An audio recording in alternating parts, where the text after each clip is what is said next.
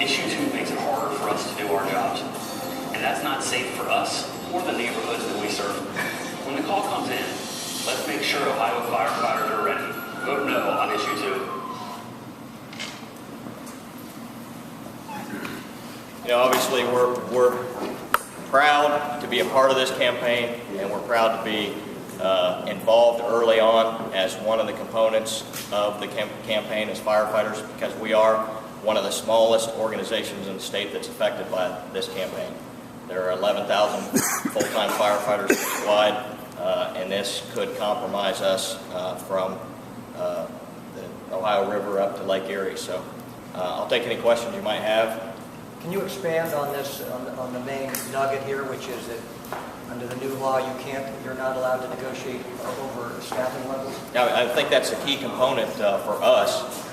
You know, there have been some modifications to Senate Bill 5 on equipment, but nobody really knows what that means. But we do know that we will not be able to negotiate on staffing levels, and that is a very important part of the fire service. We operate as a team. That's what makes us safe, able to rescue people, able to save property.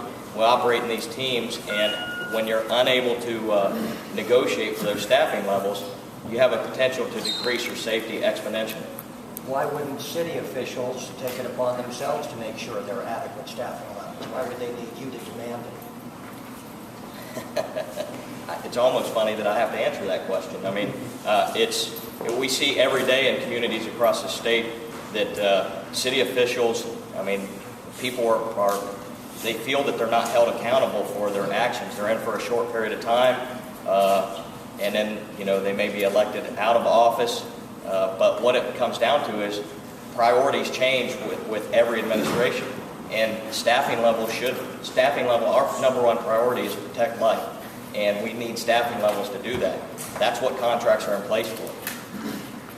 Can you cite some places around the state where you think the staffing levels are already bad? Well, yeah, I can cite places all around the state that fall below what is the nationally accepted minimum standard for safe firefighting practices, and that is 4 persons per company. So if you see a fire truck out on the street that doesn't have 4 people on it, it's fallen below what is nationally accepted as the minimum safe level of staffing, and that nationally accepted standard is not put together by firefighters alone. It is put together by a consensus group of city managers, mayors, elected officials, firefighters, research scientists. Those are the people that identify the safe levels of staffing, and we have communities all across the state that don't meet that, including right here in Columbus. Is it on individual fire trucks? Or? Yes.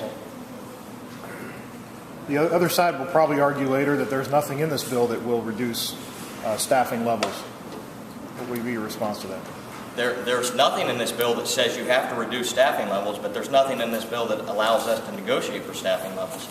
And one of the key components of negotiation is the ability to prioritize what's important to you.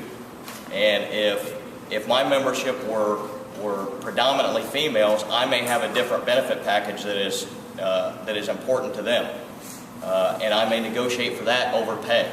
I may negotiate for that over retirement benefits.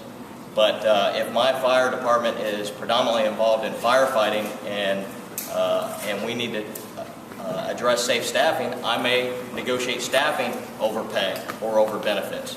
And that's what's important. We need to be able to prioritize at the local level what's important to us and negotiate that with our employers. And when you take those components out of that, it certainly takes out part of the negotiation process and the ability to negotiate things down in order to gain other things. Jack, obviously there's a lot of ways We Are Ohio could have went with the first ad. Can you speak to the strategy of using firefighters and this message in the first kickoff ad? Well, I think this is a key component of it. I think that, first off, we've already proven that it's not saving money anywhere. It's not saving the state any budget dollars, but what it is doing is hurting communities. And the first and foremost job a community has or a local government has is to provide for the safety of their citizens, whether it's from crime, fire, or medical emergencies. And so I think it's obvious that the number one priority would be safety.